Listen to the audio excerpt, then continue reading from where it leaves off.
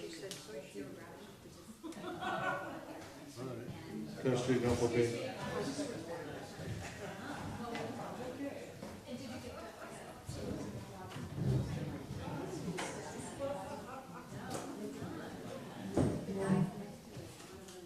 Good afternoon. It is my pleasure to introduce Harold C. Connolly, Jr. We are most fortunate to have somebody with his experience and stature and up-to-date information speak to us this afternoon. He's the founding chair and professor within the Department of Geology at the School of Earth and Environment at Rowan University, a neighbor of Saul Katz.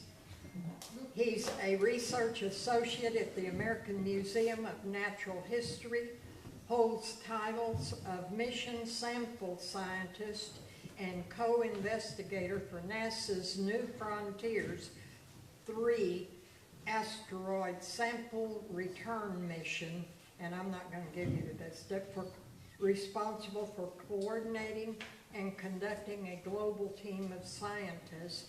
He's worked with the asteroid Bennu, working on petrology and petrography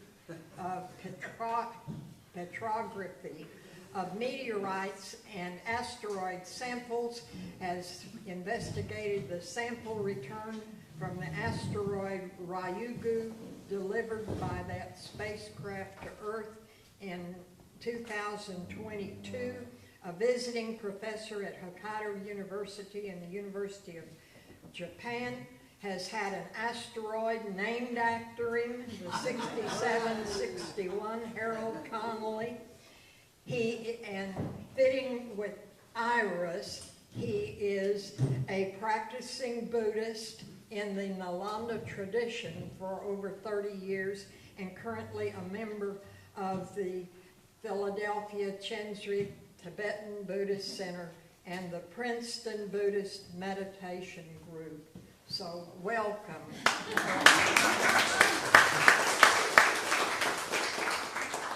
Thank you very much. Thank you for the generous introduction. Appreciate it very much. That means that my obituary someday will say survived by an asteroid. Which not many people can brag about, I suppose. So it's a great pleasure to be here, and as I told Saul last night, I'm already hooked just from last night's talk. Thank you. Of the nature of the discussion and the inquiry going on here. And I hope I can address several key points throughout my talk. One thing I want to let you know is I'm a geologist. Typically when people think about those who explore the cosmos, they think about astronomers, sometimes even planetary scientists, who very few of them are actually geologists, but most masquerade as geologists. Or engineers, for example, who build spacecrafts. I teeter on all those as the mission sample scientist for OSIRIS-REx, which is an active mission that's going on right now, and I'm in charge of coordinating all the analysis of the sample that came back, or came to Earth, didn't come back, came to Earth. We call it sample return missions, but it's not the right term, is it, the return, because the sample's never been to Earth before. So it's a little bit complicated, but that's scientists sometimes. We're not always very careful with some of the words we use. So the first part of the talk will give you a little introduction, then I'm going to give you a synapse of the actual space mission itself and where we are, and then go into some implications, which hopefully will stimulate some discussion. But before I do that, I have two announcements, because this is IRAS, so it's a broad category, and many of you may know, but maybe you don't. His Holiness the 14th Dalai Lama arrived yesterday from Switzerland into New York City, and he's safely there and will be undergoing a knee operation, maybe both. I'm not sure if he's going through both at the same time or not. This is a big deal for those of us who follow him and his teachings, as I have for 30 years. And strange as it may seem on the political scene, Probably some of you have never heard of this. Chang'e 6, which is the Chinese Space Agency's lunar reconnaissance sample return robotic mission, will return sample to Earth from the far side of the moon tomorrow. It's the first pictures of the far side of the moon on the moon itself came from this lander, and the sample will come back for eventually, maybe, I hope, the world to be able to analyze it. Certainly our Chinese colleagues will be analyzing it first. So we'll return to that theme later on, but you might be curious of how I learned about IRAS. Well, it's very interesting, real quick, bit of human experience. There we were in 2019 at the Central Institute of Higher Tibetan Studies in Sarnath, in the middle of Bihar, and I was on pilgrimage with Rachel Katz. And in the library, on the shelf, was Zygon. And she immediately got all excited and told us what Zygon was. Oh, I've never heard of Zygon. Wow. What's it? A journal devoted to the intersection of science, religion, philosophy, anthropology, etc. Wow. So there she is, and came back, and a couple of years later, we had dinner at her house with a bunch of the pilgrims, and her father and his wife came to dinner, and as you know, Seoul's enthusiasm and excitement is infectious. So I immediately wanted to find out what this was like. So I'm very, and there's Lo-san, who you know. Some of you, Geshe Lo-san something was here 2 years ago, I believe, and participated as well. So Lo-san is one of my friends and teachers. You have these wonderful questions that were put out for the conference theme, and 2 points here. One, I would say I mapped myself to the first one in some broad sense. And then I would offer another one below, which is what are the implications for human social fabric if natural physical scientists make a compelling or suggestive finding on the origin of life, especially if it is, it should say, sorry, extraterrestrial in nature. The origins. Now we're going to look at origins versus life as we go through this talk, and towards the end we're going to hit some key points related to this subject. Hopefully in a new way for many of you. As I said, I'm a geologist. So geologists love rocks. This is the 1 centimeter scale bar for this rock. And geology poses very, very simple questions. And it always works in time. It works backwards and forward and in the present. It moves through that with ease. But sometimes you're missing bits and pieces. So you have to figure out why and put it together. So the questions geologists like to ask are, what kind of rock is that? Okay. Where did it form? How did it form? When did it form? Why did it form? How did it get here? Right here in my hand. I brought it from New Jersey. But how did it get on this planet in this case? Because the punchline is, why should you get rat's bum about these questions of the rock? And the reason why in this case is because this is a meteorite. It's a carbonaceous chondrite which witnessed the birth of this solar system. It is 4.567 billion years old. It is a material from which we, as a whole race, identify as being T equals 0 for the start of the solar system. And this is carbonaceous, which means it contains carbonaceous material, and also it's hydrated, which in geology term means it carries a lot of water in different ways with its minerals. But you can all come up later or afterwards, we can hold the 4.567 billion year old rock if you want, okay? Now, if I use the term science just broadly, remember I'm referring to natural physical sciences here. That's not to dismiss any other science, it's just what I'm focusing on. What do I mean by origins? Well, origins in this case for me means the solar system plus its constituents. Everything in some way, shape, or form. Because geology has something to do with every bit of it. Remember, astronomers can't see into disks that are forming planets because too much dust. They can see gaps, but they can't see the planets forming. This is the remains of what this planet was made from, which I can hold in my hand. The two don't always jive in their hypotheses and theories about how planets form, especially Earth like planets. But you have to explain the rock. If you can't explain the rock, well, then you might as well just have a beer and have a good time. Origins of life, in this case, everybody knows what is required for life. I think if you ask somebody on the street, just randomly take a statistical survey, and you'll get pretty much the same answers. You'll get, well, we probably need carbon for life as we know it. Yes. We need water. Yes. Probably need an atmosphere, oxygen, or nitrogen, or carbon dioxide, carbon monoxide. Well, yes. We need some kind of heat source, whether it's the sun or some sort of geothermal heat. Right. And everybody talks about looking for those markers. But what does everybody almost always forget? We need a planet. Life requires that you have a planet, as we understand it. We don't even understand how to make a planet very well. And you want to make life? When clearly, life itself depends on the planetary body existing. So, as we'll see soon, some space missions have gone out into our solar system and collected various samples, which we'll talk about more broadly towards the end. We're going to focus on just a few points for the beginning of this talk. And those particular components allow us to try to understand, and it's sold quite well by NASA and JAXA, the volatile-rich component of our planet, which would be water, mostly, and the precursors to life. Although often they say the formation of life itself from extraterrestrial materials.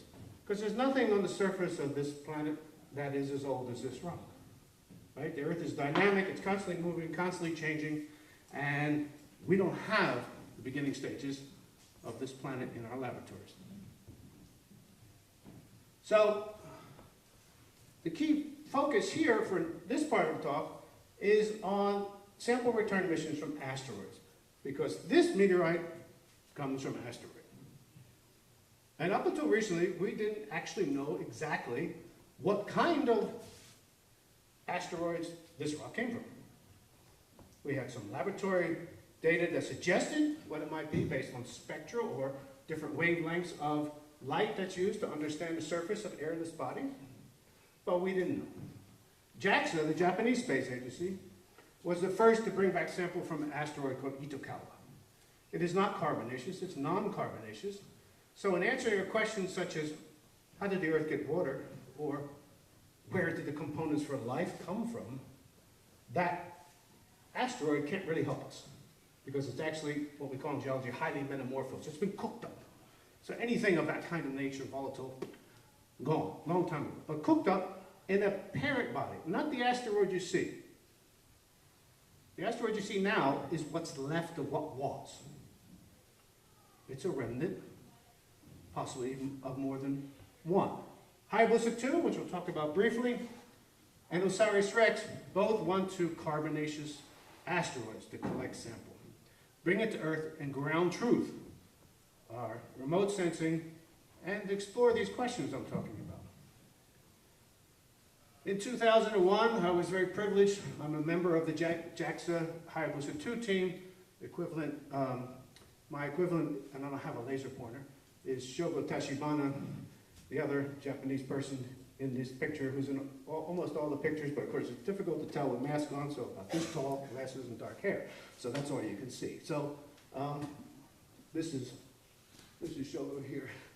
And we worked, I worked throughout the country with our colleagues in Japan as the only Westerner there, out of one of 200 visas that was given in the year 2021 to go to Japan. It took me 4.5 hours to get through Haneda Airport just to get in a taxi to go to my apartment to stay there for 2 weeks because of the pandemic. If you think scientists are devoted, think again. These analyses that the Japanese colleagues and I did over the summer of 21 into the fall of 21 was during a pandemic. We traveled all over Japan. We were crazy. Eventually we had to stop because the numbers got too high. So we had to cancel a lot of what we were doing until COVID went down, because the Japanese didn't start vaccinating until July of 21. Anyway, as I mentioned, the big picture, for Hayabusa 2, as well as OSIRIS-REx, is organics and the origin, and analysis and origin requires that we understand the rocks. So always remember that as a geologist, I'm interested in these big questions of volatiles and mechanics, but I'm more interested about how the planet itself forms. How does that preserve any sort of signature of what was? And they're finished their analysis phase. They have wonderful papers that came out. You can look them up in the literature if you like. And that's great. They're very, very highly successful. Now let's go to OSIRIS-REx, and let's go through this in some detail. I've got to watch my time here. So OSIRIS-REx is part of NASA's New Frontiers 3 program, and it's an asteroid sample return mission. The main objective was to return at least 60 grams. The punchline is we got 121 grams of pristine regolith to investigate the origin and history of asteroid Bennu through sample analysis. We were especially interested in returning rocks rich in volatile materials such as water and prebiotic compounds. The name is an acronym. Origins, meaning O for origins, provide clues to planet building, water on Earth, and life on Earth. Spectral interpretation is ground truth between remote sensing and samples. Resource identification is to help space exploration, especially with the physical nature of the material that may be landed on someday. You can't just land a bunch of astronauts on some body without studying what that body is in advance, knowing something about the physical properties of that. We lived through this with the Apollo mission. Security, well, as you know, as somebody mentioned earlier this morning, Seth maybe, 66 million years ago was a bad day if you were a dinosaur. Really, really bad. If you didn't fly or you couldn't bury yourself, forget it. No happy hour for you. Regolith Explorer, do what humans love to do, which is explore. Don't forget that part of the equation. It's small, but it's important. Right? Ta-da! September 24th, 2023. This is the return of OSIRIS-REx sample return capsule to Earth, bringing the sample from asteroid Bennu. Let's back up a little bit from last year. OSIRIS-REx was launched in 2016 at 7:05 p.m. Just a few bits before a second it launched. It was perfect and went up into space. And the picture on the right is from my colleague at the American Museum of Natural History's father, Jackie Flaherty, who was flying in a non-commercial airliner and took the picture, aka military. So we had planned for our rendezvous with the asteroid based on the data we had, that it would be a beautifully smooth asteroid, full of lots of smooth patches, and it would be easy to land. You're laughing, you know the punchline. It'd be easy to actually touch really gently and come back again and get our sample. And this is an old animation from 2013, where we show how the sample was supposed to be collected, which it goes down to the surface, and all of our data said it was nice and smooth, millimeter to centimeter size grade, poof, like magic, you collect your sample, back out you go, into orbit, and ta-da! Wonderful, sample collected. Well, we got to the asteroid in 2018 in December and screamed. We had a little warning because Hayabusa 2 came 6 months before us to asteroid Ryugu, and it screamed, of course, in Japanese versus English, so it was quite different. No, it wasn't exactly the same. We had no idea what we got ourselves into. Let me tell you why. You see lots of boulders on the surface, and here's a scale bar, and there's some things in Japanese. I mixed slides and everything else in English. And that's the Tokyo Skytree there, right here. Tokyo Skytree. Can you see my pointer? Yeah. This is the boulder Benben, which was the stone in the mythical Nun that the Bennu bird landed on and created the known universe through its song. Well, here's the scale. Here's the Benben to scale with the image with the building next door. It's 11 stories tall. So those boulders on the surface that look tiny are big as buses. Okay, that's a big problem if you want to put a spacecraft on the surface of something. You may be able to get down okay, but you got to back out in this case. And that's a whole different issue. Because you don't necessarily back out the same way you back in. Anybody who's parallel park knows that. Here's Ben, and here's the map of Bennu. So that's that sphere, sorry, flattened out. And let's zoom in, and I still keep this image on my desktop for when I'm at another meeting that we're talking about something we already decided 6 months ago, yet we're still talking about it. It's 0.33 per pixel, and as you can see here, there's lots of differences in grayscale. There's diversity on the surface. It is not homogeneous. The boulders themselves, angular here.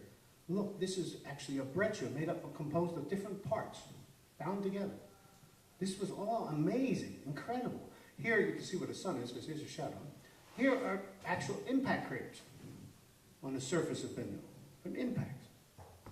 So, a quick summary of what we found while we were at the asteroid is that Bennu was top-shaped. There's about 15 to 20% of small asteroids are top-shaped. They're rubble piles or accumulation, loose accumulation of boulders down to millimeter-sized particles. There are over 1,500 impact craters, which to a planetary scientist is just Christmas. It's amazing that there's so many impact craters on the surface of this small body. These boulders here are too big to have been part of any explosion due to an impact, meaning ejection events. So they're actually from a previous generation of this asteroid.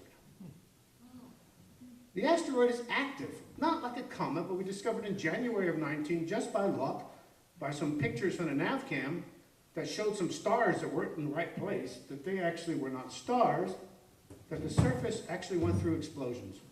And material was popping up into space, either as massive particles or as 2 or 3 particles, like popcorn, that would go up and we could image them, and then all of a sudden, about 2 or 3 days later, they were gone. So what goes up must come back down. So this was a first for Earth-crossing asteroid.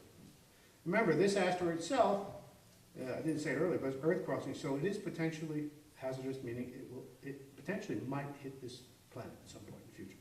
But that's a statistical discussion for later. It took us a lot longer to find a site to collect sample, which we did. Here's the scale. This is the Nightingale area, Nightingale crater.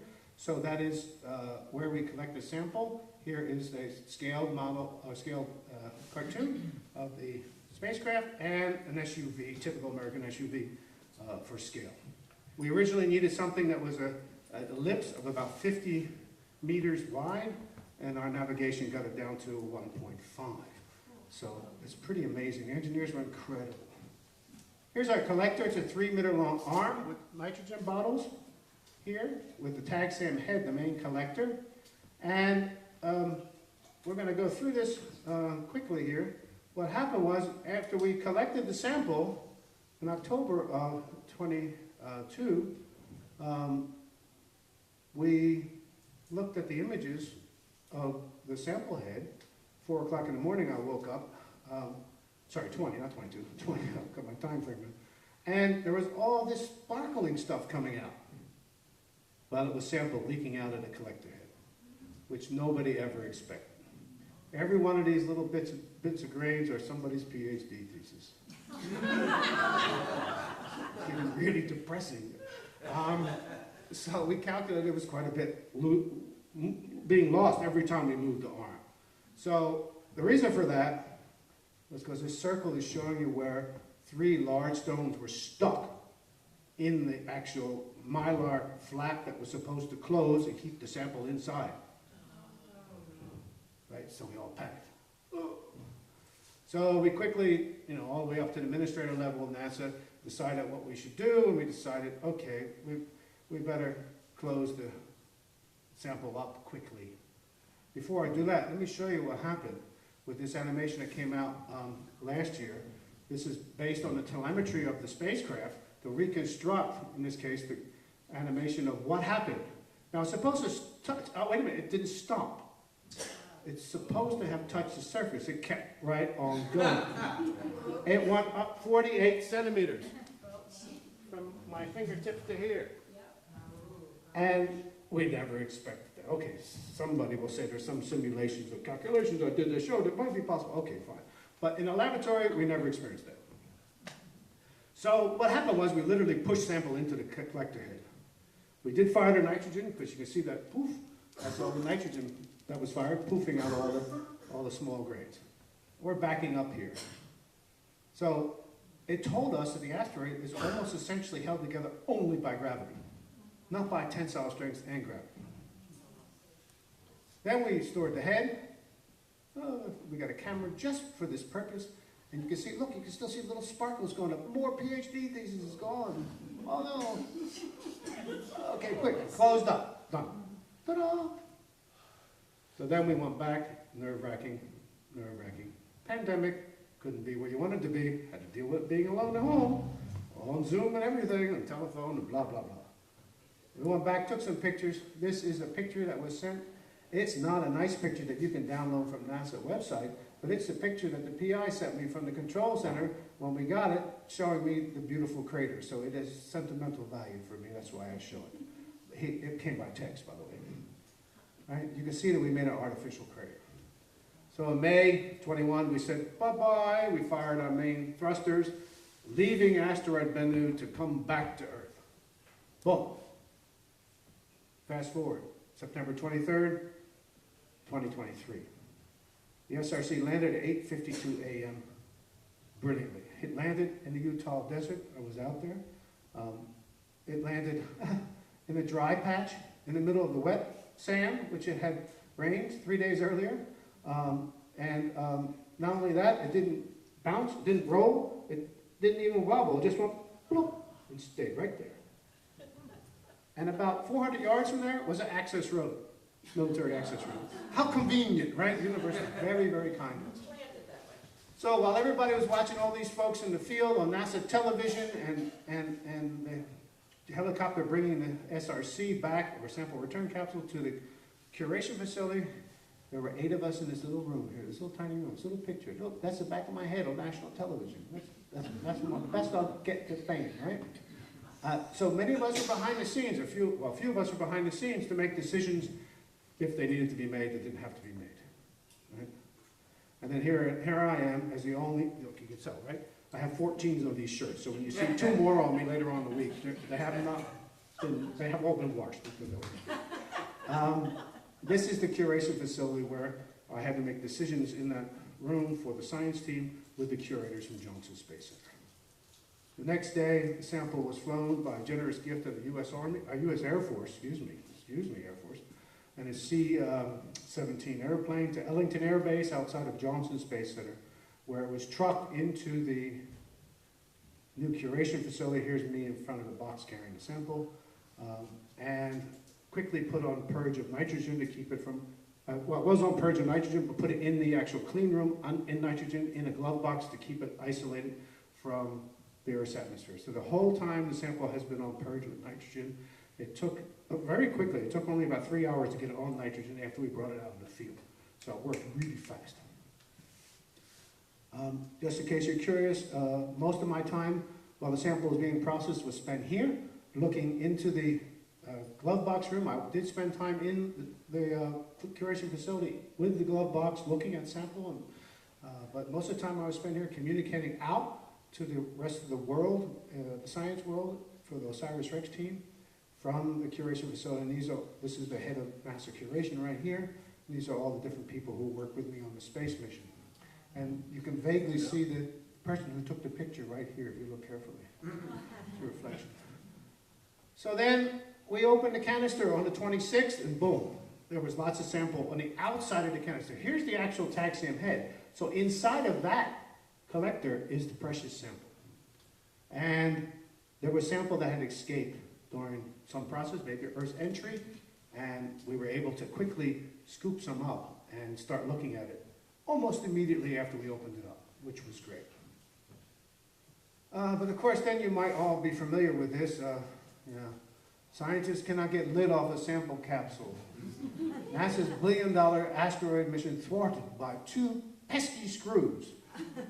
So we had a little bit of an issue of 2 screws being torqued too much, or, well, we just couldn't loosen them. So, of course, the news media picked up on this and ran with it as if we weren't going to get our sample. You can see sample right here. This is another kind of collector that was on the surface, basically little steel wool pads, almost like steel wool pads.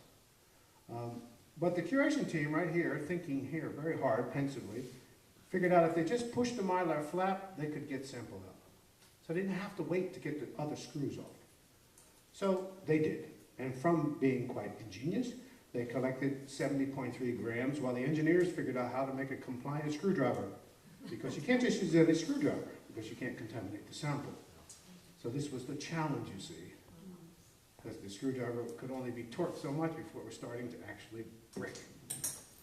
So by January, the engineers were fantastic at JSC. They figured it out, and we got 121.6 grams of sample. And here's some close-up pictures of the actual sample I've worked on.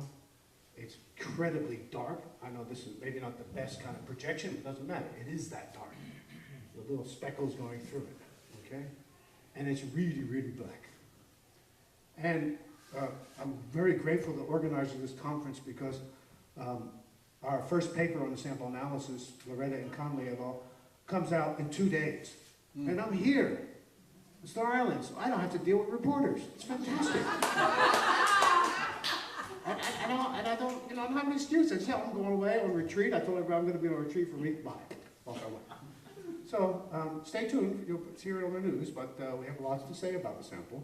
And we're continuing to work the sample, especially with regards to going backwards now to our theme here on life, or the components that could create life. And we even have amino acids, of course. They're in meteorites. We know that already. But Rugu and Bennu, the 2 asteroid samples, definitely have different proportions of the abundances, which is interesting. Now, let's do something philosophical here. Typically, when we talk about looking for the origins of life, we're looking at both precursors and life itself, right? This is really super important to distinguish the both, because when you see the headlines that, NASA looks for origin of life, that's a sensational headline. It's not the truth, is it? What we're looking for is the precursors for which life could have evolved from. That's the key. And for that, there is a gap. There is a gap that science does not know at this point in time, and this is my opinion, but you find many others, geologists especially, agree with it, that how do you get from prebiotic compounds to life itself? How do you get from the mixtures we know that life needs to the actual little critters running around, or just a double helix? How does that happen? Well, first of all, certainly going to have some kind of planetary body. Somewhere, somehow, these organic molecules were created. And most likely, we're leaning towards within the actual parent body of the asteroid you see now, when it was a lot bigger. When geologic activity was going on, when water was interacting with minerals that was collected as ice, and is transforming what was into what we see now in the hand sample that you can hold. So, finishing up here in just a few slides, you all know for sure, and I'm glad to be talking to this audience, because I've showed this slide to a few colleagues of mine, and they say, well, why would you bother showing this slide? What are you doing? That a more comprehensive picture is needed, because if we do bridge that gap, what are the implications? We mean physical natural sciences. Right? We heard this morning about panspermia, which is interesting, because I can tell you the history why that actually came up to be more important in science, and that relates to meteorites, and meteorites from Mars. Very simple. But what's the religious ramification if life was seeded from another planet to this one? That's a big deal. So we can look to biology, chemistry, mathematics, physics, astronomy, even geology, both terrestrial geology and solar system geology. But if we decide we want to bridge that gap, or we are somehow, we really need to bring in religion and philosophy into the discussion. That has to happen that way. At least in my opinion. I don't want to see just 3 scientists on television talking about it, but 3 scientists and 3 theologians or philosophers, etc. Finally, I want to hit home with one more point, and then I'll stop, is that sample return missions, there are other ones that have happened over the years. Genesis in 2006, which cost $128 million US dollars. Oh, sorry, Stardust. Genesis, which cost 264 million. We can look at the 1.16 billion if we include the launch vehicle into OSIRIS-REx, which brought back 121 grams. Genesis brought back solar wind. Stardust brought less than 1 milligram of minerals and rocks back, or to Earth. Japan had 2 missions that brought roughly 6 grams of material, not even, for a cost of $300 million. China has brought almost 2 kilograms of lunar material back, and 219 million. I'm not including those post-war. I'm not including the Apollo samples here. And Chang'e 6, which comes back in 2 days, we don't know how much it costs yet. So that brings us to a total of 1,859 grams at $2 billion, US dollars. From whom? Who drove that besides politics? A small group of scientists. From the Meteoritical Society, my own society, of which about 300 of us, of the 1,000 members, actually study this kind of rock. Division of Planetary Science of Geological Society of America, about 200 people there who don't double dip in different societies, study this. And Geochemical Society, well, about 300, but they're probably all double dip into different societies. So we can say roughly 1,000 people, because all these geological societies, American Astronomical Society, American Geophysical Society, etc., European Geophysical Union, they don't have much to do with the actual sample analysis. Sure, space exploration and going to other bodies and exploring them, yes, not the analysis of the sample. There's a difference between a sample return mission and a non-sample return mission. So that's a lot of money in science by a very small number of people. So Margaret Mead was right. Small number of people can make a huge difference in the world. And I started my abstract off, but I'll end the talk this way. One of my favorite books, Second Star to the Right and Straight On to the Morning, was The Entrance to Neverland, which sometimes I wish I was in some days, depending on what's going on. But in this case, it's to the origins of planets and everything you can think about related to a planet. And I'll leave you with the pretty picture from the Smithsonian and my dear friends Tim and Carrie, who put together this wonderful exhibit where we had lots of Congress and senators come and hobsnob and drink cocktails together back in November and praise the mission, which we need very much, so the American people can see the actual sample. Or the whole world. What am I saying? Just American people. So I want to thank everyone. Thank you very much. Well, thank you.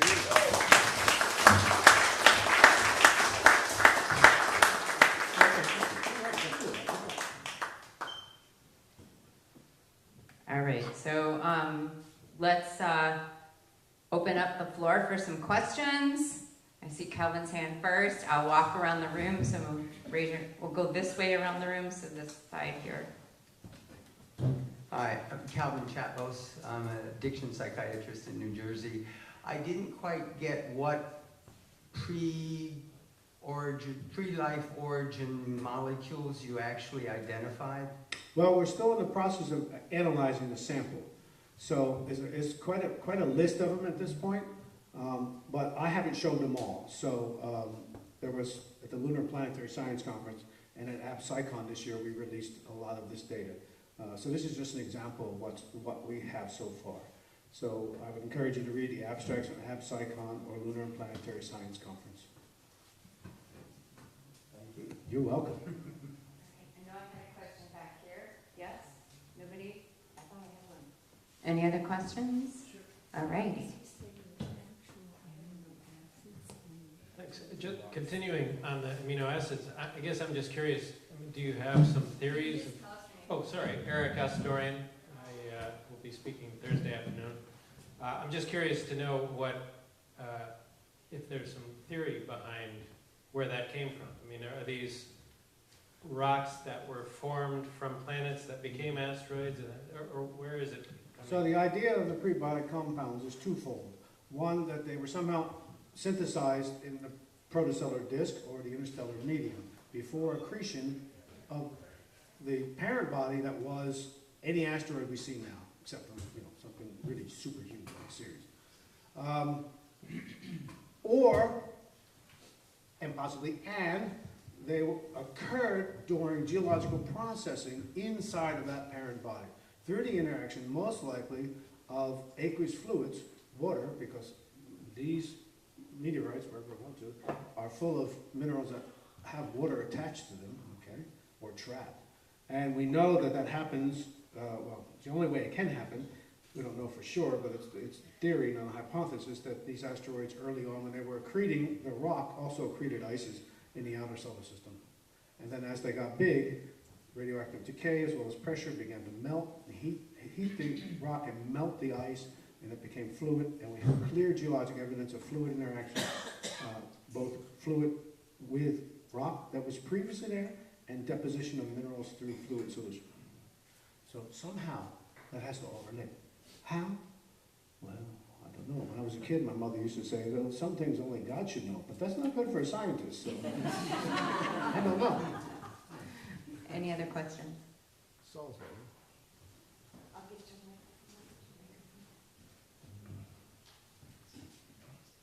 Yeah, I want to go right down the same alley here. With respect to the amino acids.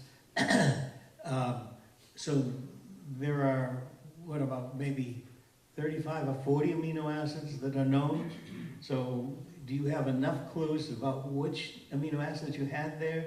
And the question is then, is that a generalization that you're now making that maybe those amino acids could have occurred on Earth just the same way they occurred here?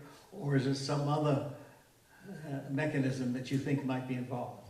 So to go backwards forward with your question, the construct here is, or the hypothesis is that after the bombardment of Earth in its really difficult period of surface heating, that it was seeded by asteroids with these prebiotic compounds that then made a soup somehow to produce life as we know it. So as to the number and types of amino acids total that we have in Bennu, I can't 100% tell you yet, because we have to get the paper out.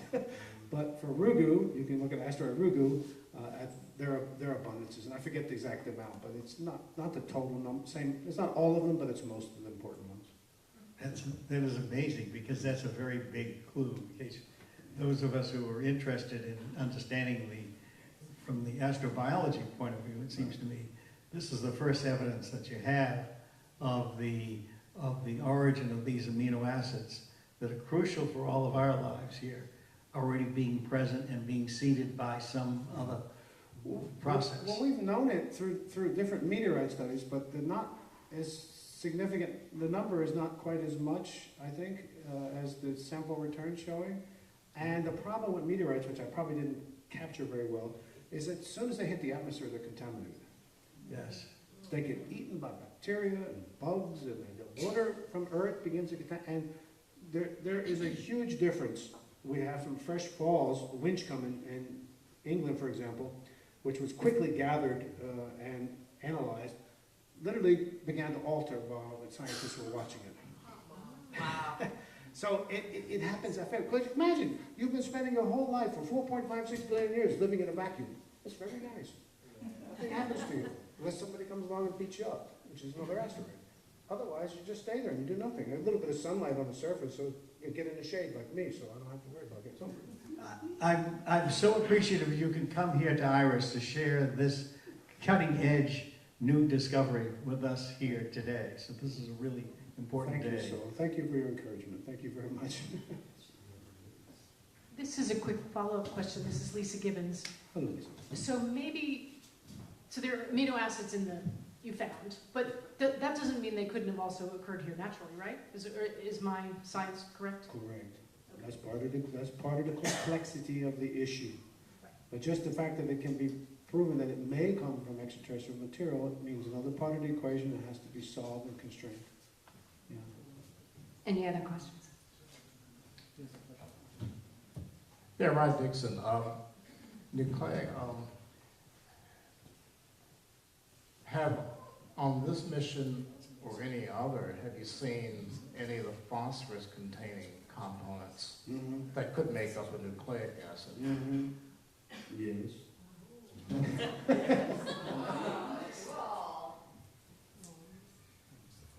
Susan Barber here, an English major.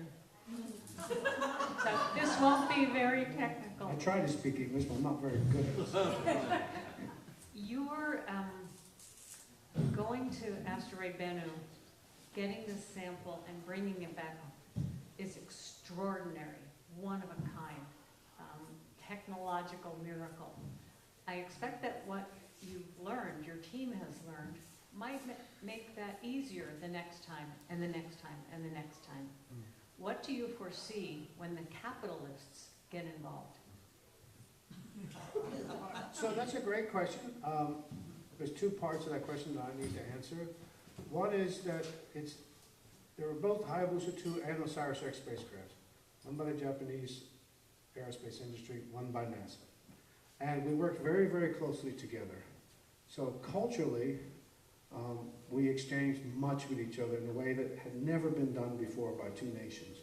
And independent of those two nations, both science teams invited science members to be participants or co-investigators on their missions. So culturally, as well as scientifically, we've been sharing information, and things are done differently in Japan with respect to even science than they are here. So that's a really important part of the equation. And to bring it into what you mean by capitals, I suppose you mean commercial sort of ventures. Well, this data is for the world.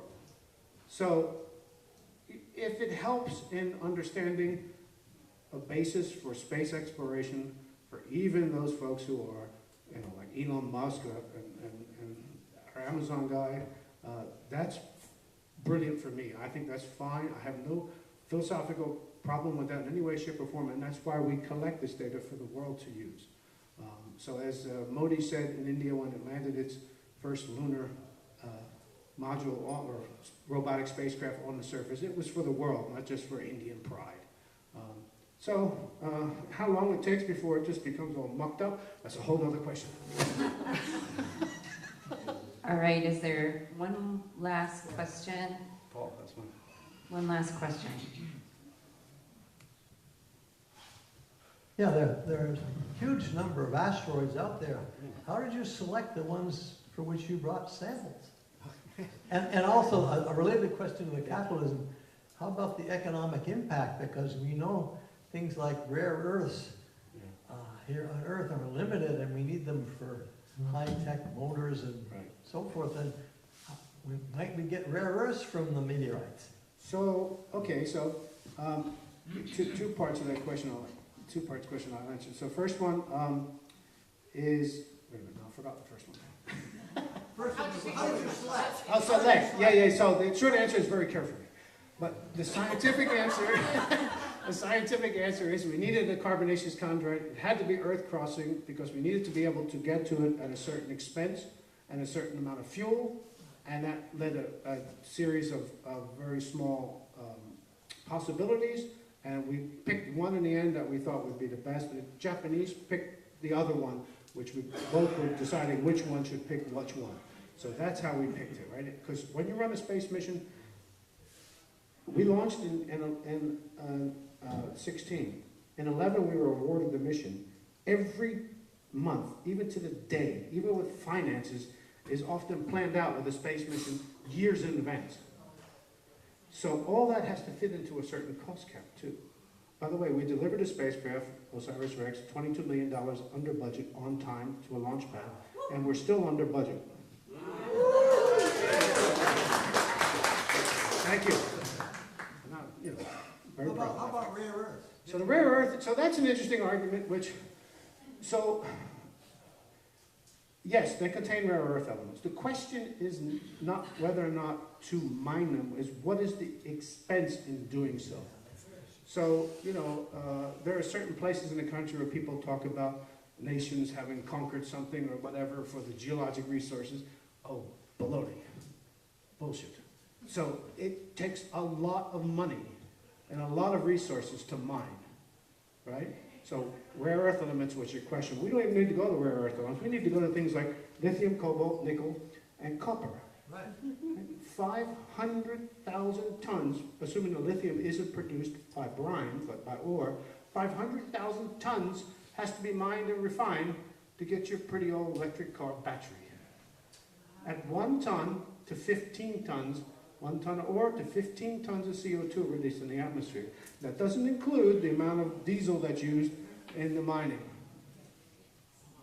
So the big picture is much different than what people want to believe. And that's because of geology. Geology runs the whole world, but almost nobody knows about it. Everything from this to this depends on geology. And with that, I'll leave you at that thought. So let's give Harry a round of applause. Thank you so much. And can someone tell me how we're running on time? 2:36. Okay, so we have an opportunity to use the, take a little bit of a break and come on back for, can I see when the next, for Paul's talk, and Paul's talk is gonna start at 2:45. Thank you so much.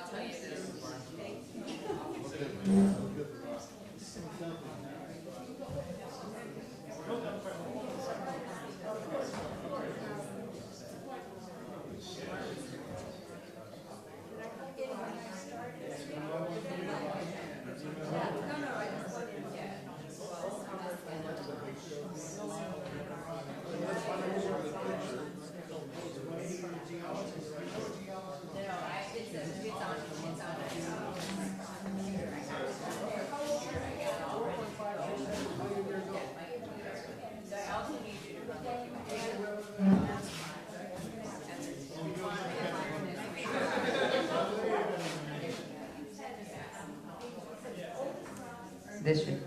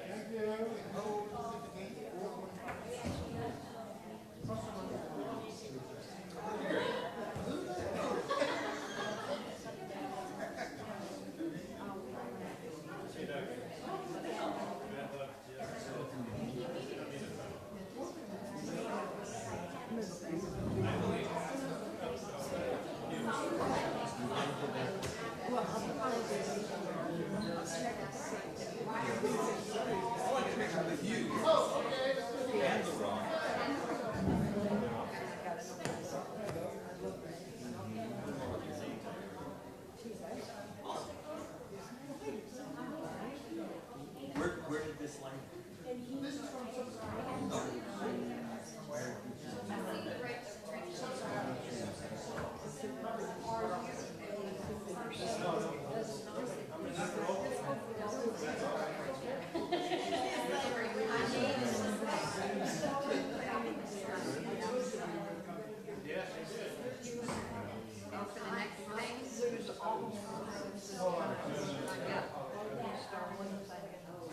We've got, do you know who is a real person?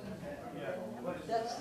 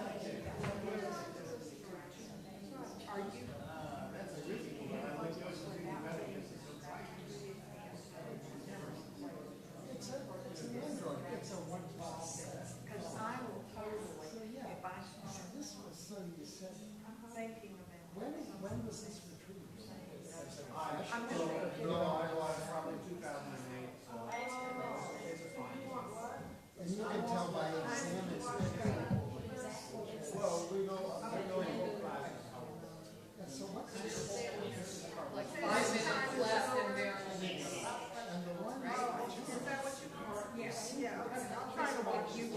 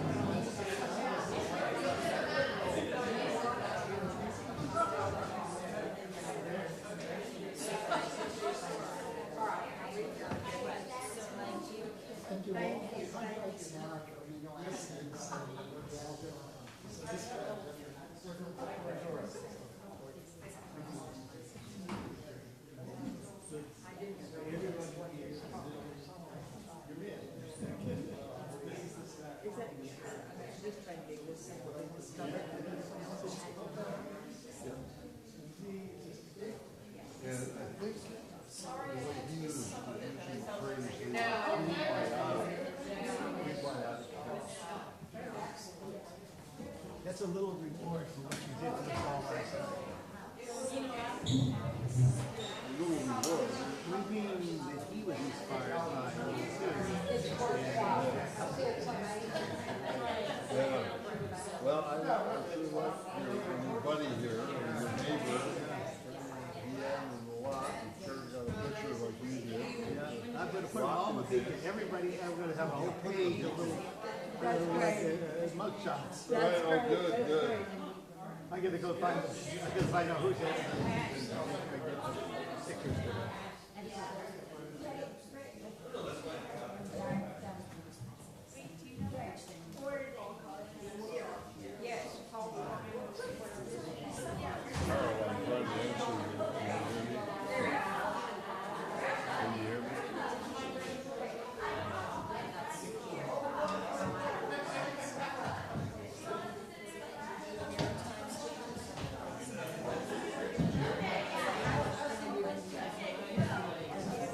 Is this ready to go? Yes.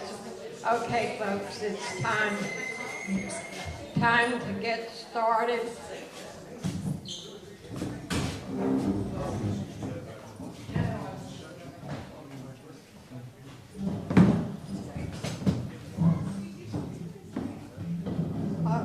I don't know what I think.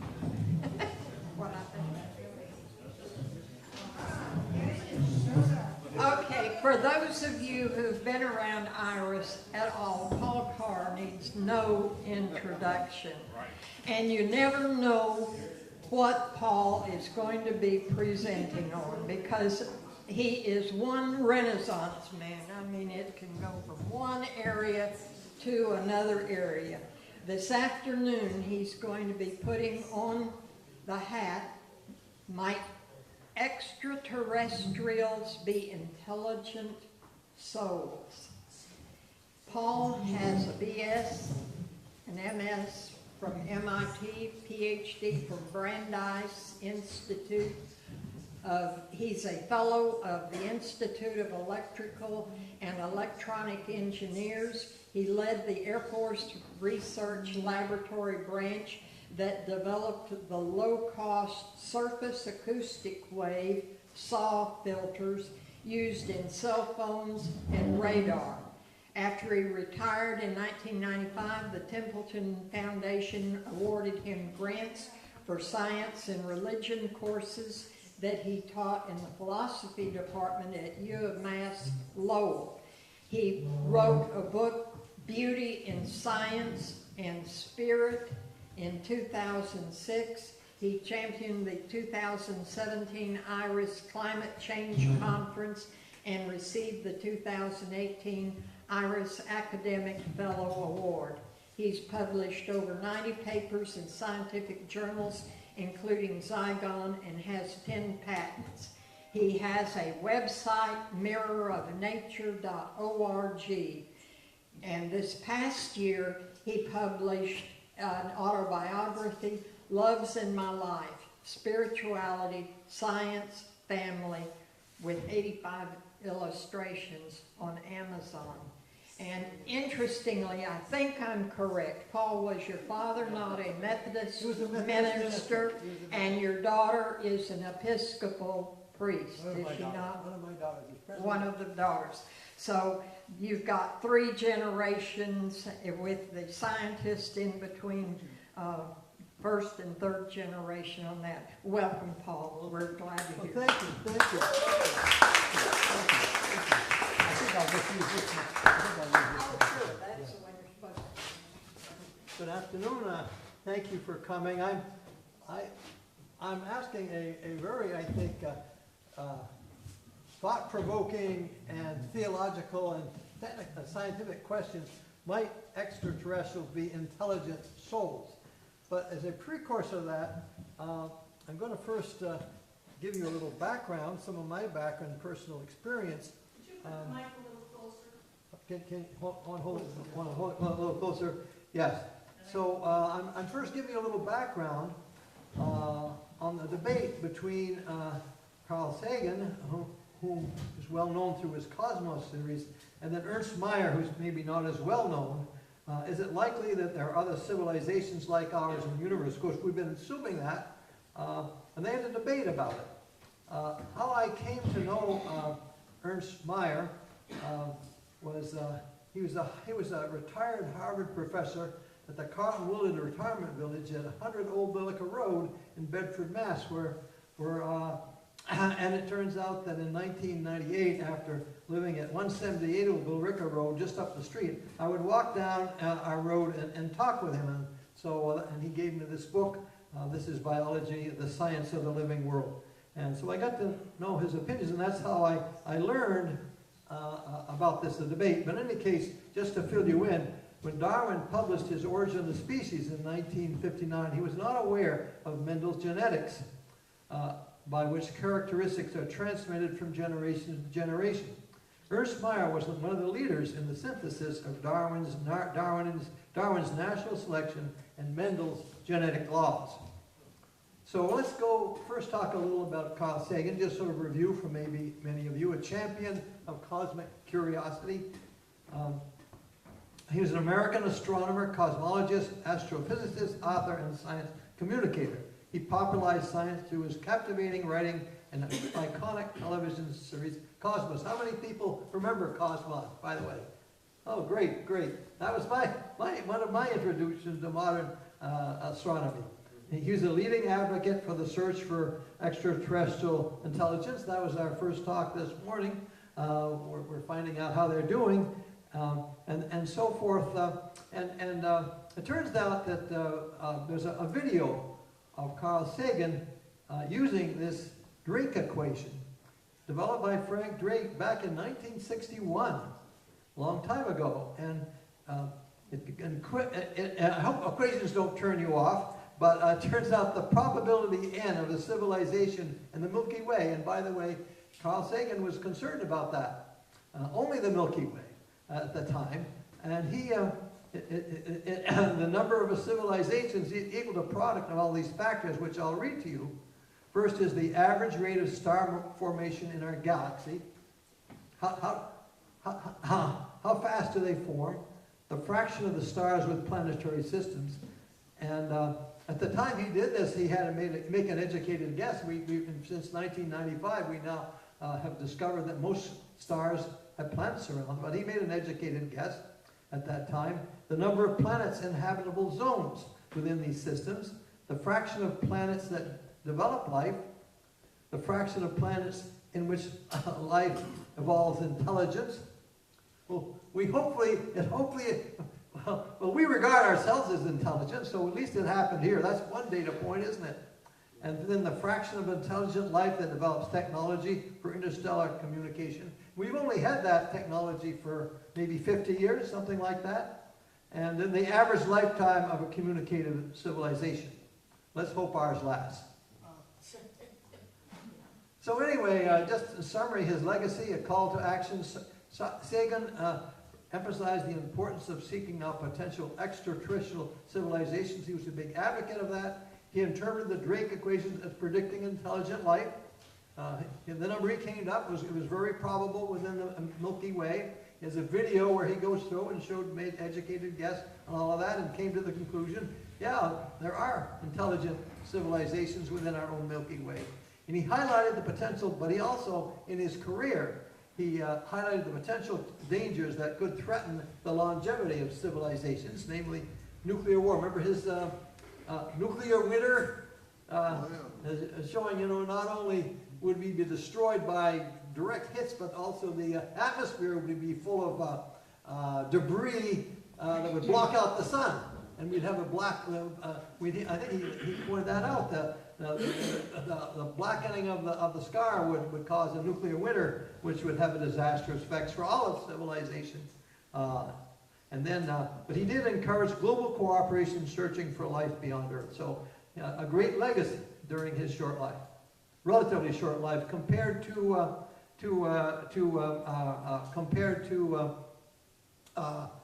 Ernst Mayr, who lived to be 101. Well, anyway, does anyone, I think most people are familiar with this, the Hubble Deep Field photo of galaxies 12 billion light years away. I first saw that in 1995. my first more of my series of IRAS conferences, and it blew my mind. It was a conference organized by the Jesuit astronomer Chris Corbally. I mean, the fact that 12 billion light years away, in other words, it took 12 billion light years, that was roughly 2 billion years after the beginning of our universe, we had, the sky was full of these planets. These are all planets with various ages and intensities and velocities. And if you just think about it, it took 12 billion years for the light to reach us, and who knows what's there now? I mean, if there had been a civilization there, who knows whether it would still be there 12 years later. We just the limits of our knowledge, in spite of the fact we've just discovered this. And Carl Sagan, I believe, didn't know that. But I think we all remember Carl Sagan. Remember, he said it was such, I don't know, billions and billions. Anyone remember how we used to say that? I mean, it was not one of his things, billions and billions. It sticks on my mind. I see some of you nodding your heads. Well, just recently, as I said, estimates now put that the number of galaxies, this is recent, in an observable universe at around 100 billion. 100 billion, can you imagine? It's almost an example of infinity, so to speak. And then they're estimated, and Carl Sagan sort of knew this, they said they're estimated to between 100 billion. 100 billion is 1 followed by 11 zeros. It's called 10 to the 11, symbolized by 10 to the 11. So that's the number of stars in our Milky Way galaxy. And so when you multiply the two together, what do you come up with? What do you come up with? You multiply 10 to the 11th by 10 to the 11th. 10 to the 11th building galaxies, stars in our Milky Way, and then the number of galaxies is also, what do you come up with? Anyone know that multiplication? 10 to the 12th times 10 to the 12th? 10 to the 22nd. Who said 10 to the 22nd? You add the exponents. when you're dealing with exponential, you add the exponents. I see some people are nodding their head. So you come up with 10 to the 22 stars. That's one followed by 22 zeros. To me, that's almost like infinity. So obviously, I think we all grant that there's certainly, with that higher probability, there are bound to be some other intelligent civilizations in the universe, but we may never know. I mean, and if we did know, by the time we know, maybe they're not there. I mean, it's hard for us to comprehend. Well, I think it's also hard for us to comprehend the evolution of life on Earth, and that's what Ernst Mayr was an expert on. And he said, on Earth, among the millions of lineages of organisms and perhaps the 50 billion speciation events, only one led to intelligence, us, and this makes me believe in its utter improbability. So he was more skeptical on intelligent life than Carl Sagan. Yeah. Mayr keeps referring to high intelligence, by which he means human-like intelligence, by which that means something that evolved only once. He has taken animal intelligence and divided into humans and others.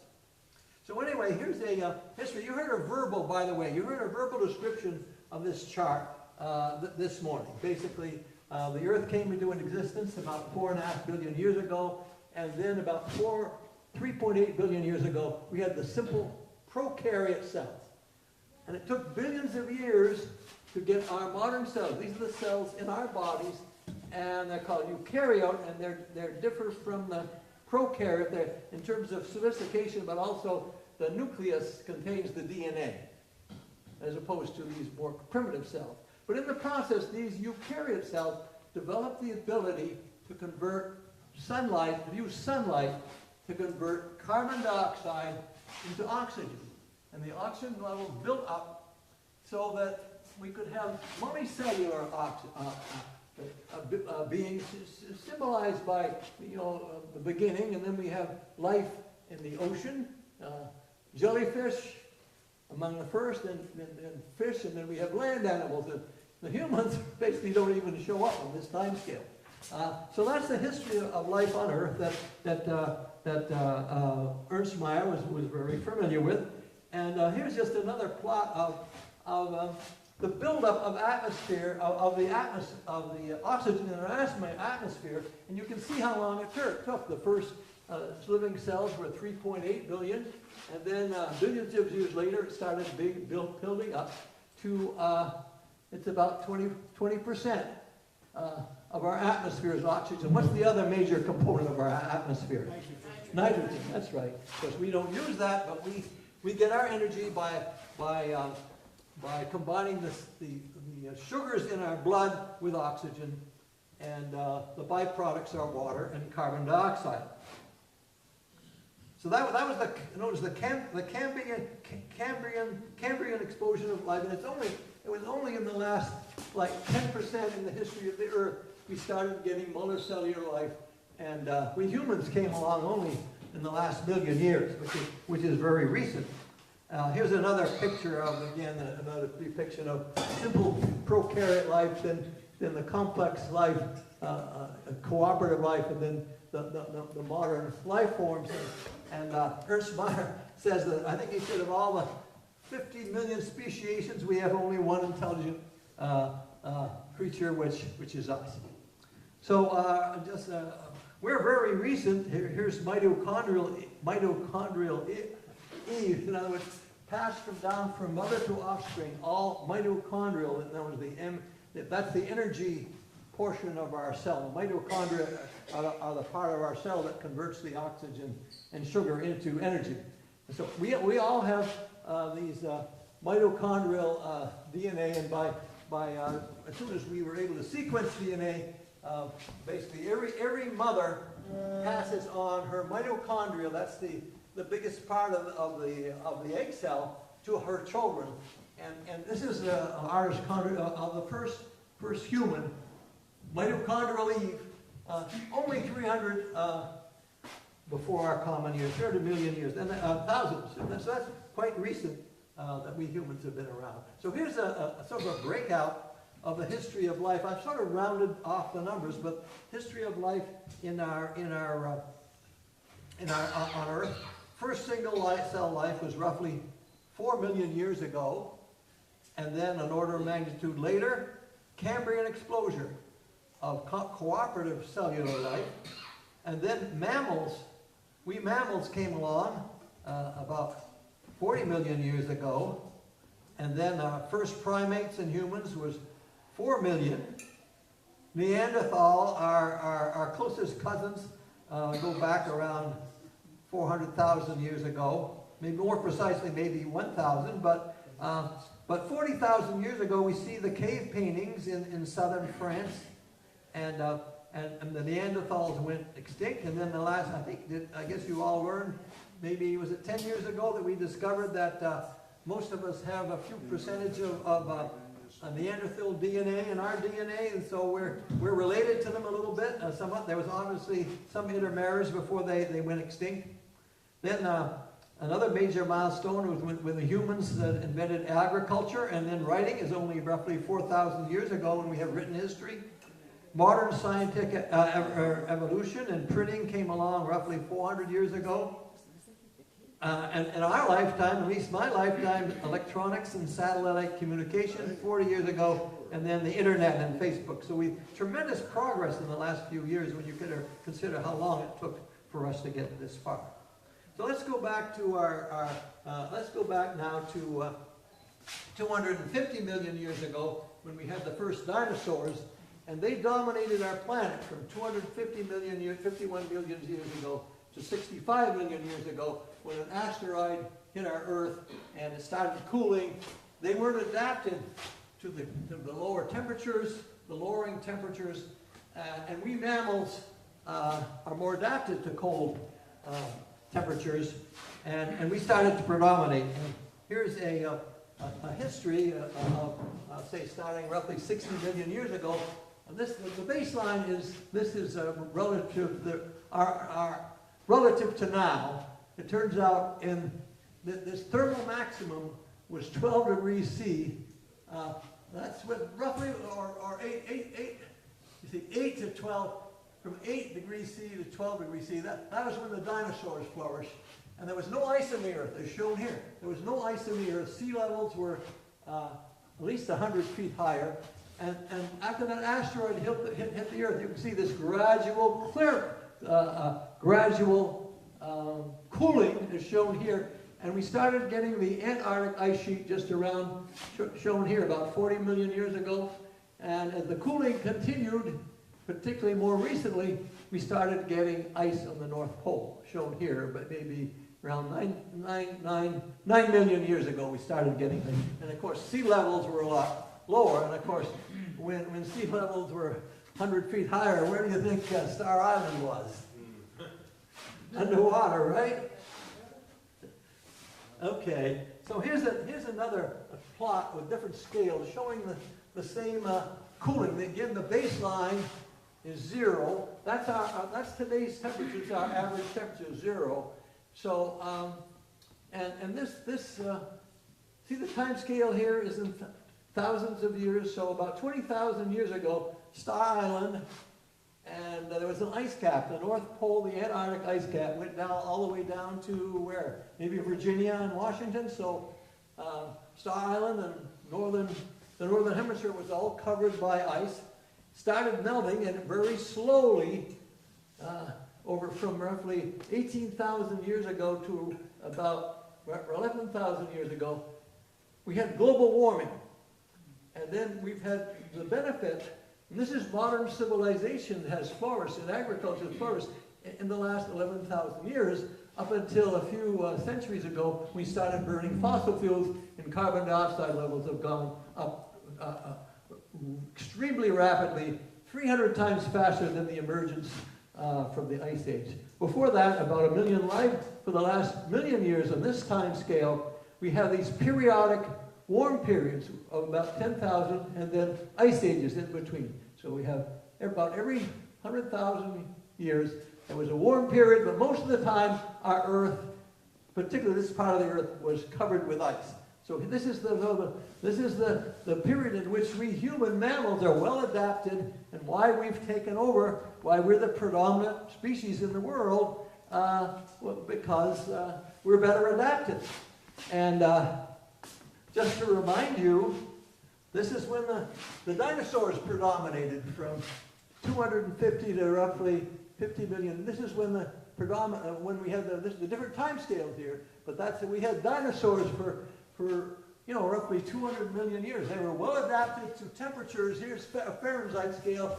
Temperatures, the average temperatures were typically 20 degrees Fahrenheit warmer than today. We can't survive. If that were true today, we'd all die off. I mean, because our body temperature is around, was it 98.6 Fahrenheit? And, well, did you just hear the news about yesterday's news about the big Muslim gathering, all the pilgrims in Saudi Arabia? Anyone know how many people died due to the extreme heat? There were thousands of people died. Apparently to be a good Muslim, you have to, in your lifetime, you have to make one, they call it a Hajj, or one pilgrimage to Mecca, or wherever it's called. So there were thousands of people outside celebrating, and about 1,000 of them died from heat exposure. So, that's quite modest compared to the history of the Earth when the dinosaurs were well adapted. So, we're very finite creatures. Here's another depiction of the same process. Here we're plotting carbon dioxide levels. And again, carbon dioxide levels were very high until that asteroid caused this cooling. Carbon dioxide levels went down. And you see these periodic periods of, again, the carbon dioxide levels correlate with the temperature. We have these warm periods about every 100,000 years, and then in between there's an ice age. And this is our modern, last 100,000 years, the invention of agriculture, and this is beginning of the burning of fossil fuels, and you can see the rapid rate by which we're increasing our carbon dioxide levels. So that's just another picture of what's been happening. So all of this reminds me of when I'm in Florida, I took this picture of this prehistoric cold-blooded animal called an alligator. There are a lot of them in Florida. Why don't we have them up north? Why don't we have alligators up north? Too cold. It's too cold. And by the way, they love to sun themselves. That alligator was sitting there all day without even moving. So they're adapted to high temperatures. So what's the obvious conclusion? Does anyone disagree that as our climate warms, cold-blooded reptiles will migrate north and replace warm-blooded humans among the other warm-blooded mammals? And mammals have dominated the world, and we humans we believe ourselves to be the highest form of primate. So getting back to just to summarize this debate between Sagan and Ernst Mayr, I think Mayr granted that single-cell life is common, but intelligence is rare. I think that's true today. Does anyone disagree? Sagan says the lack of detectable intelligent civilizations is that they destroyed themselves. That was his interpretation. But I think they both agreed that intelligence, or rather, in their argument, they both agreed that intelligence is rare. Which I just read in the news that apparently our best chance for discovering life, some form of life in our solar system, is on the planet, the moon of, this is Europa. Here's a picture of a close-up of the moon Europa. It's a moon of Jupiter. Here's Jupiter, and here's a close-up. Now, there are cracks in this ice. See the cracks? What do you think that brown stuff is that's been oozing out? Apparently, there's evidence that they're actually geysers. So what sort of life? There must be presumably some sort of life that's causing this brown goo to sort of ooze out of the planet Europa. And it turns out we've just sent a space probe, and to get an idea of the distances and how long I'm going to have to wait. It's going to be 5 years. Here's a space probe that's just taking off this year, and it will travel 1.8 billion miles at a speed of 25,000 miles for 5 years to reach Europa, a moon of Jupiter. And it turns out there's some geysers coming out of this ice. Oh, one thought that I had this morning, you remember how the Eskimos hunt seals? There's little holes in the Arctic ice, and the seals will come up for air. Well, there are some creatures under the ice here that do the same thing. Seal-like, who knows what they might be like. Unfortunately, we're going to have to wait more than 5 years till we actually land a robot on Jupiter. Understand, they're being designed, that there's even a robot being designed that will drill into the ice. I think there's one side that said, oh, I'd love to go fishing on Jupiter. Maybe, or at least our robot will give us some data. But right now, in the near future, it turns out Europa directs some of that water, that brownish water, into the vast frozen plumes. This means that a probe might be able to fly through the plumes, collecting the frozen water and analyze it, giving us a sense of the composition of the water without having to land, drill, and swim. And that's what we'd like to do, and we'll probably do that. There is a spaceship that will be coming along maybe 10 years from now where we're able to do that. But just to give you a feel, to get hard evidence of life in our own solar system, which is just gives you a feel for the huge distance of interplanetary space. So anyway, I think we maybe agree that the search for intelligent life in the universe it has a potential for revolutionary scientific understanding, foster global unity. We all have to communicate. The earlier talk we heard how the United States scientists are working with Japanese scientists to analyze the rocks at the beginning of our universe. While there are competing priorities here on Earth, the potential awards of the SETI, the search for extraterrestrials, justify its continual exploration. And as Carl Sagan once said, somewhere something incredible is waiting to be known. The pursuit of that incredible something is a journey we're worth taking. So that's the first part of my talk. And now I think we all agree that the search for intelligent life should continue. Now that this is, I might say, the hard question. Might extraterrestrials, if we ever make contact, be intelligent souls? Which brings up the whole question of what is the soul. So maybe you can help me out. What is the soul? What is our soul? What is the definition of a soul? Before we get into this, let's decide what is the soul. We have some theologians here. How about helping me out? I'm more a scientist than a theologian. So what is the soul?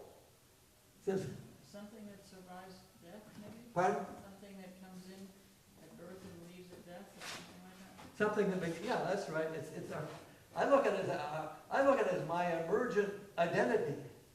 And you see, I like seeing all these little kids at Star Island, and I had 5 daughters of my own. My daughter Emily's right over there.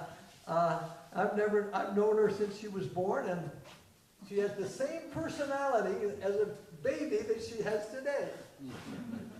And so that's her eternal identity.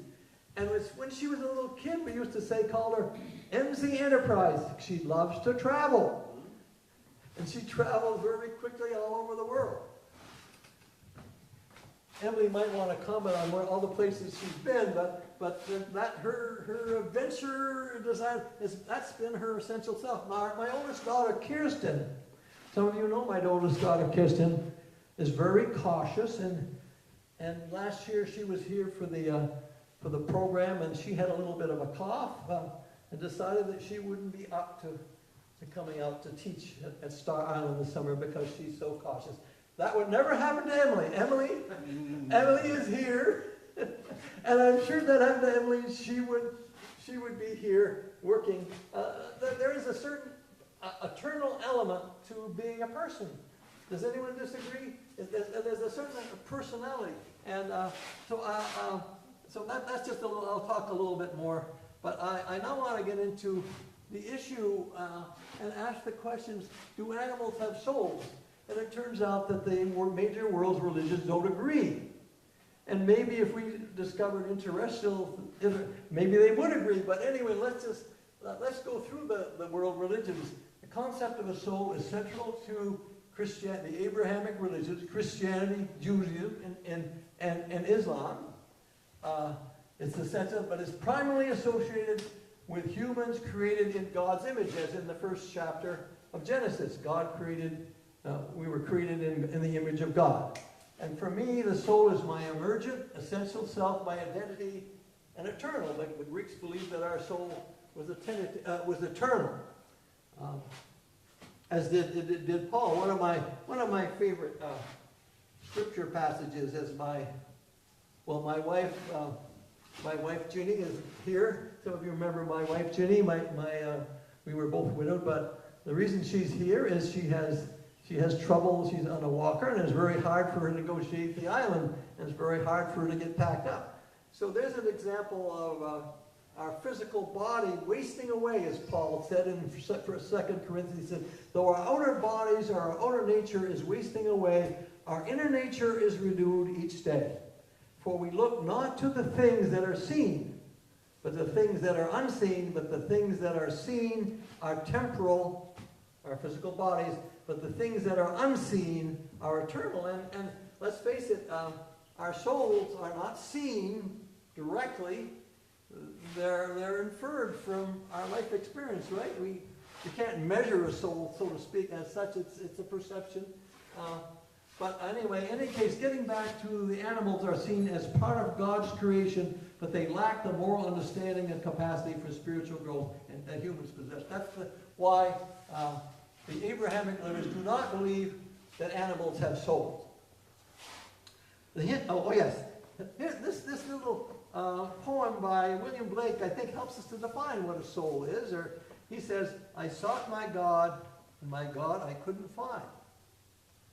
I sought my soul, and my soul eluded me. I sought to serve my brother in his need, and I found all three, my God, my soul, and thee. So that's one we have one understanding of William Blake, who was lived through the Enlightenment. He was alive during the time of our founding fathers, when you can see that when he was alive. Well, the Hindus, I think some of you may have a better background in these other religions than I do, so feel free to speak up, but Hindus believe that the eternal soul, the Atman, transmigrates through various life forms. The cycle of rebirth, samsara, applies to both humans and animals. The goal is to achieve moksha, liberation from the cycle of rebirth that can be attained through good karma, and Ahimsa, the principle of nonviolence, extends to animals as well, reflecting the belief of the interconnectedness of all living beings. Does anyone want to expand upon that? By the way, I had help in some of these slides. I'll acknowledge from Jiminy.google.com. I do have to acknowledge some help, but I always edit them and don't always believe everything that Generative Eye tells me. Okay, and again, my former speaker is a Buddhist. Maybe others can maybe explain this better, but rather the concept of Atman, the non-self. All beings are believed to possess consciousness or life force that carries karma. The goal of Buddhism is to achieve enlightenment, escape from the cycle of individuals' suffering, and the idea is to focus on the concept of karma and the interconnectedness of all beings. While there's no permanent self, there's collective consciousness. That was, to me, reminds me of Jung's idea of the collective consciousness. We are part of the universe. And there's a little story, I don't know if people want to add to this, but there's a story of a Christian and a Hindu and a Buddhist lining up to get a hot dog stand. And so the Christian said, well, I'll have my hot dog with mustard. And the Muslim says, well, I'll have my hot dog with ketchup. And the Buddhism said, I'll have my hot dog with one of everything. Make me one with everything. Pardon? Can you make me one with everything? Can you make me one with everything? Yes. Can you make me a hot dog with one that is one with everything, or that has everything on it? I mean, that's you may have heard that story. Does that simplify in any way? But obviously, the world religions do not agree on whether animals have soul, and so. A question, I've allowed time for discussion about the nature of soul, what is soul, but also will the discovery of extraterrestrial beings lead the world's religion to agree on whether animals have souls? Might be good if the world's religions could agree on whether humans have souls, but I'm extrapolating that question to whether an extraterrestrial being might have souls. So I'd like to know what you think. So thank you. That's all I have to present.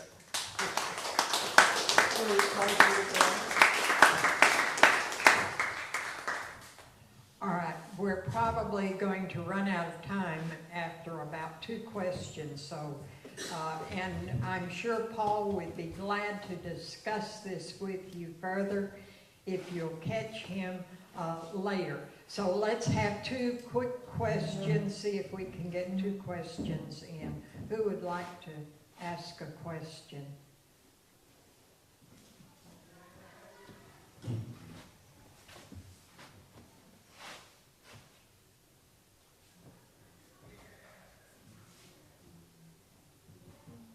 Actually, I'm not asking a question, even though I'd like to. Just 2 comments very quickly. The fact that we don't see sophisticated life, if you will, intelligent life, bubbling up from the ocean or anything like that, has to do with the fact that there's just not enough food to supply high metabolic rates here. So that's an issue. The other thing is that I had some dealings with Carl Sagan when I was younger, and apparently he never said billions and billions. So it's ascribed to me. I heard him say it on TV. Yeah, well. I remember that. I wasn't there, so I don't know. Does anyone else remember? Yes, I do. I think it's part of the Cosmos film. Series on TV. Okay, one more question. Some people don't remember him saying billions and billions, and he said it with such enthusiasm, I know. Poetic. His own pronunciation. Yes. His own pronunciation too. That's right, I don't think he had his own, a very unusual way of saying it, that's true. Yes. With some of our accent. There's behind you. There's one behind I'm sorry. That's okay. Hi, Carl. Marjorie Dixon. My question has to do with, let's see, if we have the eternal soul, and that is the more important part of ourselves that extends for all eternity, and we cannot see or touch or identify the soul, how would we find it in outer space? And if we go to outer space, are we then looking for the wrong sort of thing with the equipment that we have? The idea of soul, actually, Paul Tillich's idea of eternity, it's a dimension of existence which is beyond time and space. So you're thinking spatially, and it's a form of existence beyond space and time. He basically, his view is that eternity is not endless time, and it's a dimension of existence which enables us to see events happening in temporal sequence. And a mathematical formulation of that is, Einstein's theory of relativity. There are 4 dimensions. What are the 4 dimensions? That's right. There are 3 spatial dimensions: height, width, and depth. And the 4th dimension is time. So from a mathematical formulation, Einstein, that time is just another dimension of the space-time continuum. And so eternity is the dimension of existence which transcends space and time, and that's his view. He said that we would not be able to perceive this concept of events happening in temporal sequence if we didn't have the idea of eternity. And by the way, it intrigues me, going back to, many funerals I've been to from ecclesiastic. There's a time to born, a time to die, a time to love, a time to hate, a time to build up, a time to break down. It has all these temporal binaries. And then there's a final statement that I noted when I read the Bible, I was very familiar with the temporal binaries, and it says, you have put the idea of eternity into the human consciousness. That God has given us a sense of the eternal, which ties in with Tillich's idea that eternity is a dimension of existence beyond space and time. And Ecclesiastes really realize that too.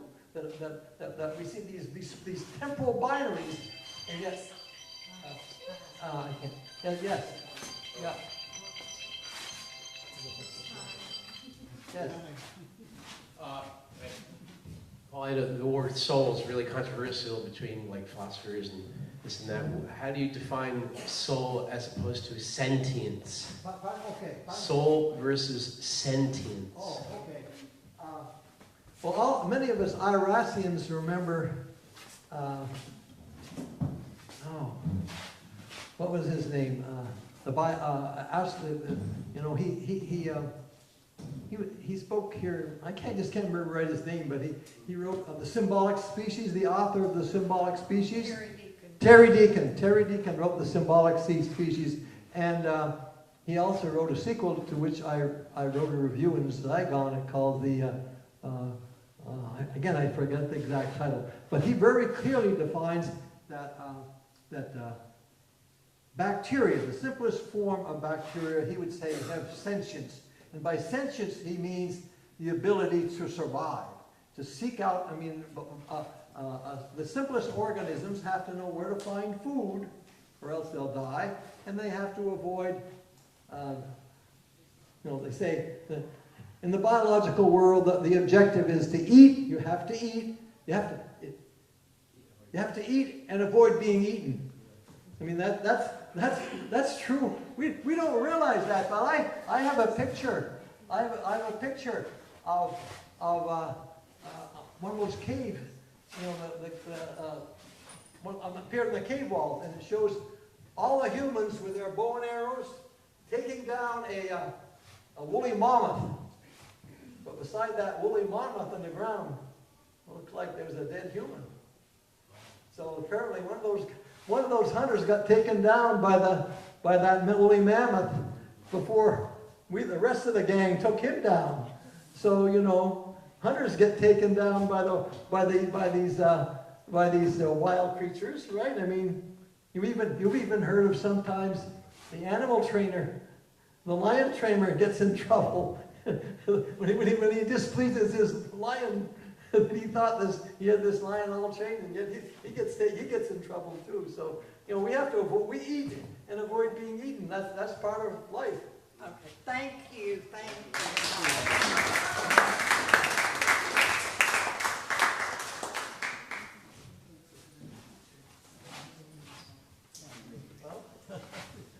Is this your computer? Yeah, this is my computer. Okay. So Go ahead. I'll be shutting it down. I'm disconnecting. So go ahead, everyone, take a break, and then come on back, and I have David Brin on Zoom, and he's a science fiction writer, also he's a scientist, and he's gonna talk about science fiction.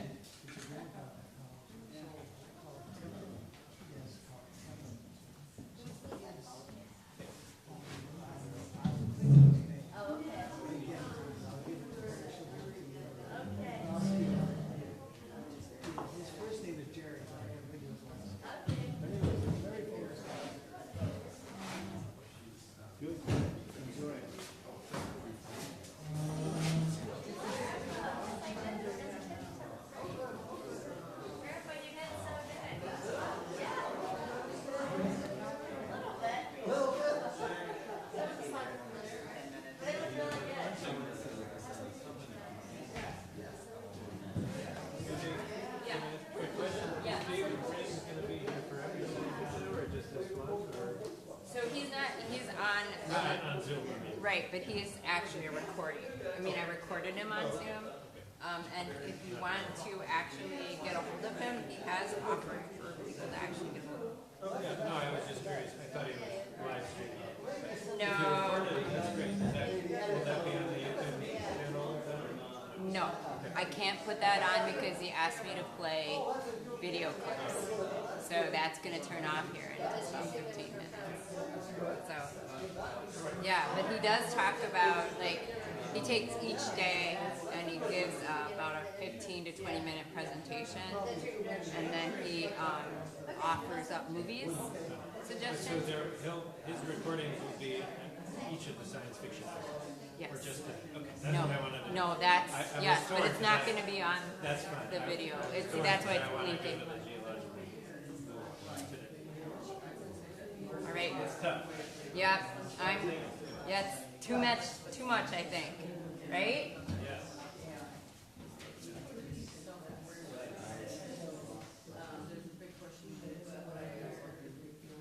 I think the wake up and become self-aware.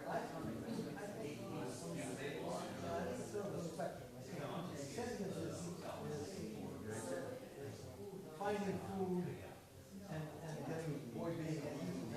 That's he would say basic life form, even like a bacteria, or something can do that.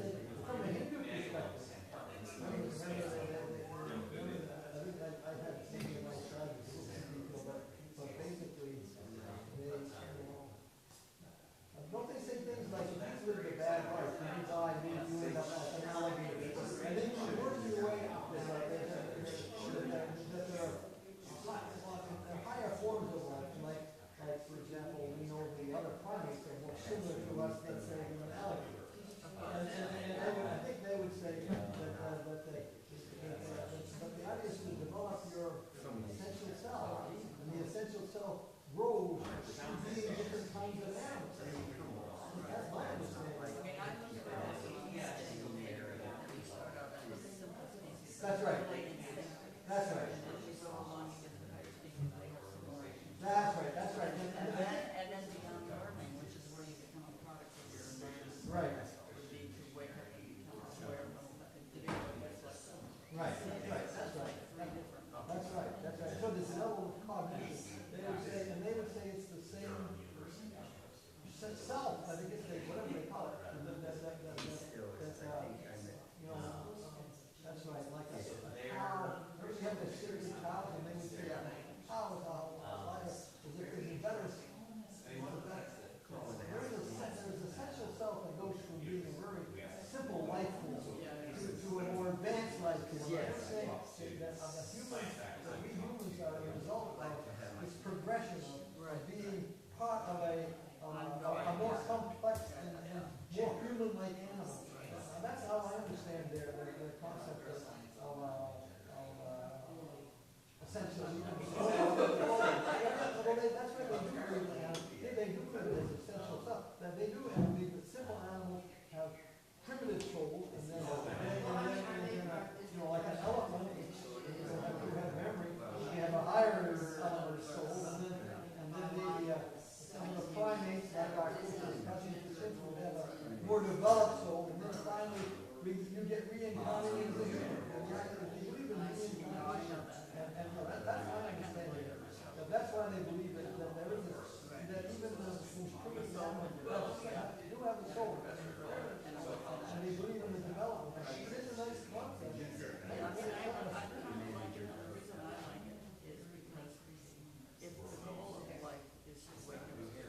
Yeah, break up spiritually. Exactly. That's right. Oh, that's a good point. That's right. Why you have the succession, the development of the soul. Develop starts as a primitive animal, like the chimps are our closest cousin. So maybe before becoming a human, you have a chimp soul and then you have a human soul. And I think the extrapolation. And I think the extrapolation is become a Brahmin, which is sort of a God. I mean, they're a form of God. Yeah, that's right. We become enlightened, and so the Buddhist idea of being cosmos, being part of the cosmos, and then the Buddhism grew out of Hinduism, right? Buddhism grew out of. Yeah, that's right. Again, that's true.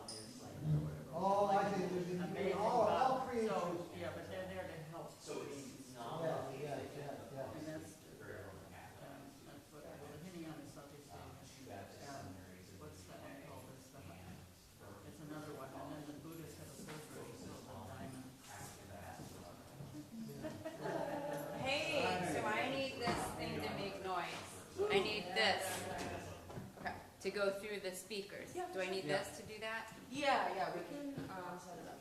Perfect. Here's your thing. So it's on right here. My audio.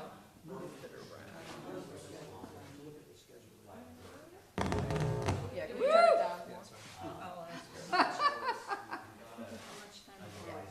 Okay. It's supposed to start like in 5 minutes. Can I go ahead? Right. Well, we can ding the bell too. Oh, okay. It's doing the class. Okay, it's going through that thing. We've had this happen before, remember? Oh, yeah. You and I have had this problem before. This happens all the time. I'm sorry about being here, I can't believe it. After all Now it's coming out of the speaker. Right? I think so. Perfect. Okay, now we'll just back him up. So we'll stop him. For some reason when this came up, I was like, this is amazing. Well, it's a Zoom recording. So, and then I have to...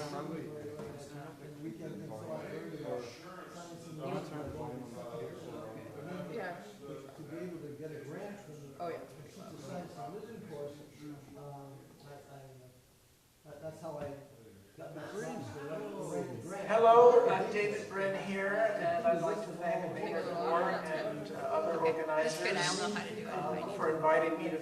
Okay, great, and then let's check these real fast and see if they're even gonna work. Quick question, I know the rounds tour is a big chunk of, do you know how long this video is? About half hour? Half hour? Okay, yeah. Okay, so let's try this one before you guys disappear on me.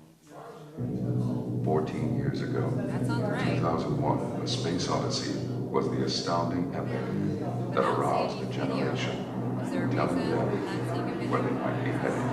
It's a trailer on Now, YouTube. 20th Century Fox presents a science fantasy adventure that will arouse this generation.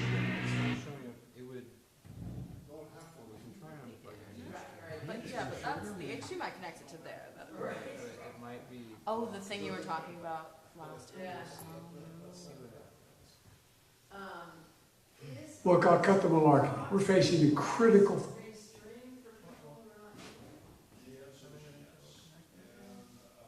Yeah, no, it's just a YouTube thing.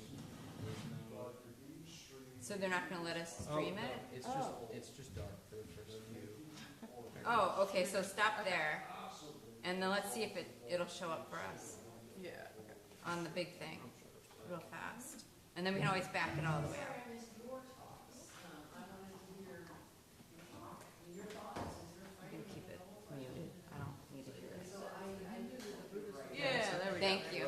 Okay, great. You guys are awesome. No problems. Thank you, thank you. Thank you. Do you want me to show you where the phone is for speaker? Yes. Just. Further back. Okay. To the beginning of civilization. So I don't think they had much of a time. Okay, good. Don't hurt yourself with all those dark cords. It's making me feel like I should have IRAS. Hey, don't you like this one? I know there's some uniform that I'm almost at. Almost got it. Almost got it, girl. You too.